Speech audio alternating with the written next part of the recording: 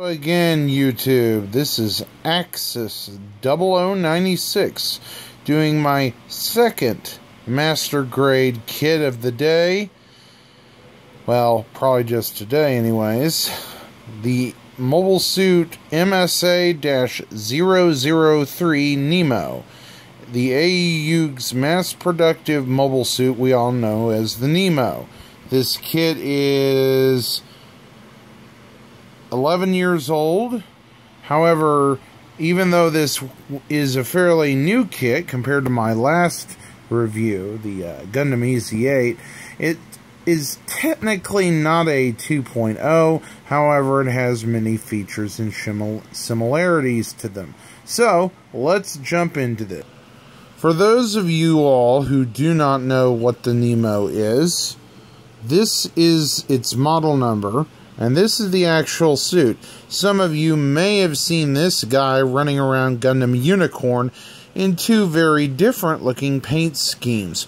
Well, this is because Anaheim manufactured it to be used in multiple environments. There's a desert type edition, which has kind of a brown, tan, and dark gray scheme with a dark blue visor. The new EFSF standard version has a light green on dark blue, but the as you can see, the chest looks the same. No major changes except for what appears to me to be a GM type GM Sniper Type 2 beam rifle. So let's stop gawking at the work and go to the kit. So here we are. Here he is. He is technically a very, very new kit. His design concept is quite different from the EZ8, as you can see. This kit should have been a 2.0. At the time, they did not put it as a 2.0. However, it incorporated many features. Unlike my last review, where you notice the arms did not move very well, this guy has an enormous range of motion, even with its individual hands and arm units. It even has semi 2.0 hands, which can hold guns and make gestures like this, a kind of a cool one, and move this, and it's got this really bold green and gold scheme. Is anyone listening here Pittsburgh, Green Bay Packers fans? This suit reminds me of something a Green Bay Packer for the United States would travel in. Though that's probably blasphemy to get into sports with a bunch of Gundam fans online. Anyways, this is him from the front.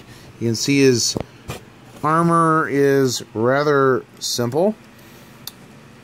His side skirt here and right here where my finger is pointing, this is where you put his beam sabers in the back. And this is his skirt armor. Very simple, yet it works. Cockpit opens here, I believe. Let me see here. You pull down and then pull up. Like this. It's got almost a Zeta or 2.0 Gundam hatch. It opens, unlike the Gundam 2.0, from the bottom. And there's the little pilot guy inside. So, yeah. That's his entire cockpit thing. And the front view. Now on the back, this suit's very different. That it was designed to be based on the RMS 179 GM2, which, as we know, is the Titan's variation. However, they adopted the design features and equipment from the RGMS 79SP, the GM Sniper 2, which is another kit I'm going to do a review of as I have him. As you can see, it also has these double thrusters on the back, a very exposed thrust pod, I guess you could call it. There's a thruster veneer here, one here, the large forward thrusters on the back of the legs. These have covers that I believe move. Yeah, they move. These covers move this way and this way. Anyway, it's a rather unique kit. Even this simple from behind, it's really good and simple. Standing him up is a breeze. Here I am balancing a box on my foot. As you can see, he stands rather well. A very tall, kind of nuclear green looking suit. In fact, it's one of the few suits I've ever seen that can stand very well without a stand needed. However, it does limit its posability. But remember, this guy was not an aerial fighter. It was designed more for ground combat use, which is strange because in Zeta Gundam you see him fighting in space a lot. But I guess it comes with the territory, being the fact that he does not use anything, you know, space related except his standard weaponry he comes with. That being said, this suit is one of the many that can use the ballet system. Just like the Hayaku Shiki, the Rick Dios, among other suits. Although it's such a versatile kit, I'll never understand why it only comes with so many weapons. You get this shield here, which I'll go into more detail here in a minute, and you get this very short snub gun, which basically looks like a Master Grade GM2, which for you, those of you who could get it, know it was just a Bandai exclusive, which kind of limited the normal Bandai fans even getting it. It's a simple gun, yet it looks really, really good. Kind of forgot a sticker on it I could see, but it's still a sturdy gun. Moving on. This is his shield extended. Now there's a switch, I believe, back in here, where if you just give me a second, this is the shield extended.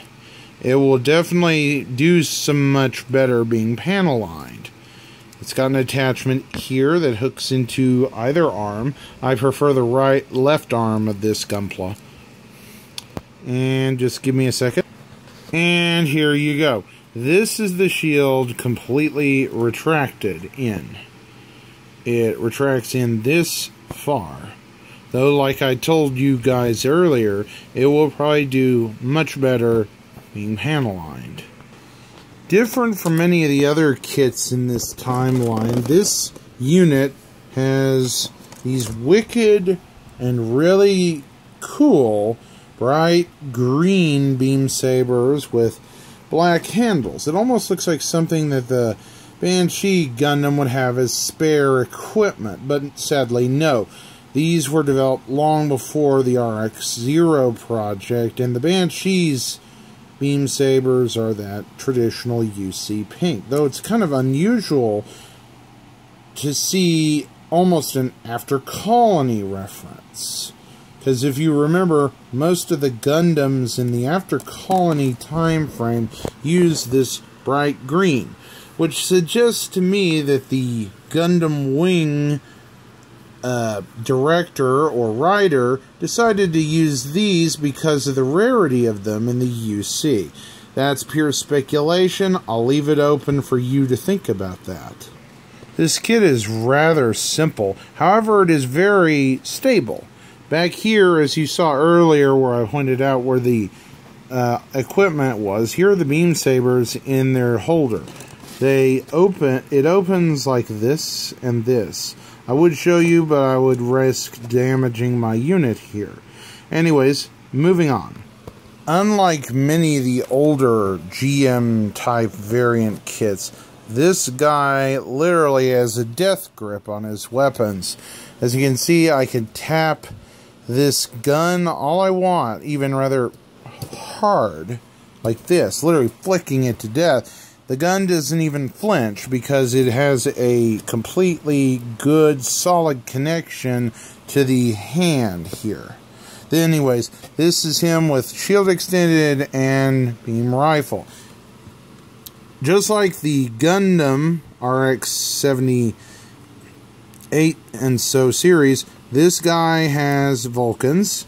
There are two. And his visor, the back antenna, like I said earlier, should be familiar to some, because it resembles and it looks just like the RGM-79SP, which is the GM Sniper 2. In fact, the very face of this unit looks the same.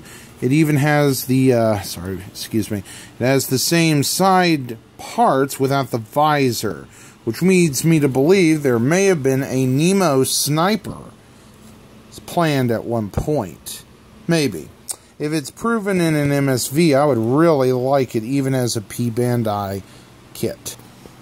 Even equipped with this beam saber, you can tell just how superior this kit is at posing. It has no problem posing its weapons or anything, despite not having a true 2.0 frame. Anyway, final thoughts on this kit.